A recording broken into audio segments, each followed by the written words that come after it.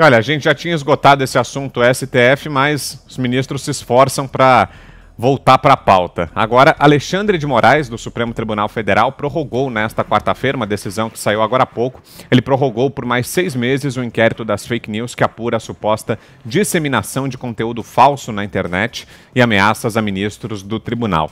Pela decisão, o prazo começará a contar a partir de 15 de julho, quando se encerraria o prazo anterior. No mês passado, o plenário do Supremo confirmou a validade do inquérito que já atingiu políticos, empresários e apoiadores do presidente Jair Bolsonaro. Todos negam irregularidades.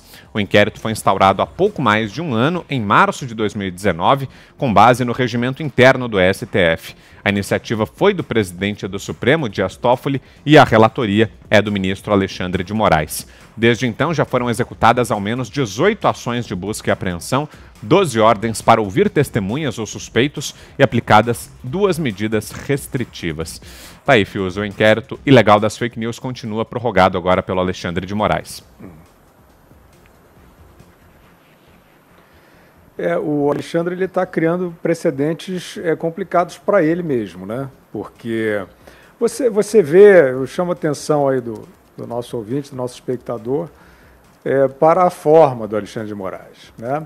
Ele chegou no STF a toda velocidade, ele não tem nenhuma inibição em relação a atos arbitrários, diferentemente do que o Dias Toffoli estava narrando naquele melancólico discurso de despedida.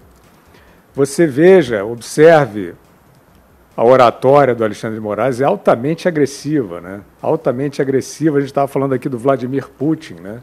Esses personagens que têm essa ânsia por permanecer para sempre mandando em todo mundo, né?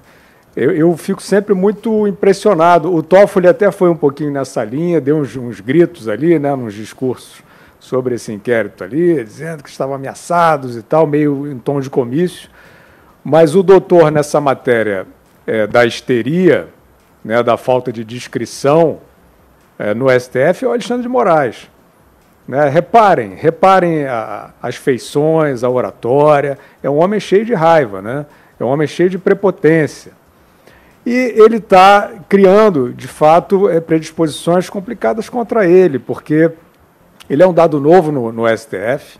Né? O STF não tinha esse nível, como é que eu vou dizer, de agressividade na maneira de se colocar publicamente. Ele comprou uma briga política evidente com o presidente da República, ele persegue, né? Nós estávamos falando aqui, por exemplo, acho que não chegamos a falar, né, mas sobre a decisão do Celso de Mello aí em relação ao Marcelo Freixo, que o Carlos Bolsonaro questionou, né, no Supremo, declarações aí do Marcelo Freixo nas redes sociais, e o Supremo já tirou o cavalinho dele da chuva, chamando o Instituto da Imunidade Parlamentar, que foi o que o Supremo e o Alexandre negaram em relação a parlamentares ligados ao presidente da República, que têm sido devassados aí de uma maneira absolutamente absolutista, né? Assim, sem observar lei, sem critérios, pelo menos que a gente conheça, pelo menos que a defesa dos implicados conheçam. Não é nada disso, não. Consegue lá, expede a decisão e manda invadir, e manda quebrar, manda prender. Eu acho, Vitor, que isso aí, a não ser que o Brasil vire uma ditadura e tenha um novo Putin aqui, o Alexandre de Moraes ele está, de fato, dando muitos motivos para esses advogados que a gente tem visto, esse movimento que a gente entrevistou aqui nos Pingos, para parlamentares que estão preocupados com isso, passarem a questionar, sempre pelas vias legais, é claro, esses arroubos, essa forma arbitrária como o Alexandre de Moraes resolveu transformar aí o poder dele como juiz supremo, o poder dele como dirigente de um inquérito ilegal, como uma tentativa de fazer política contra o presidente da República. Diga, Zé. Na verdade, Fiuza, é uma parlamentarização do Supremo Tribunal Federal, são juízes que procuram os fins e ali independente dos meios. O que está acontecendo é que perícias indicaram que algumas mensagens são impossíveis de serem determinadas se são robôs ou não, são impossíveis de serem determinadas se houve pagamento, ou essa história aí de milícia digital. Então, a prorrogação é exatamente na tentativa de buscar mais provas. Entendo que se fosse um processo natural, jurídico, encerrou o prazo, encerrou. O que está comprovado está, o que não está, não está. Mas aí ficar prorrogando em busca de um perito melhor ou de novas condições técnicas para identificar autores, identificar também a possibilidade de serem ou não robôs, isso não é um trâmite judicial normal.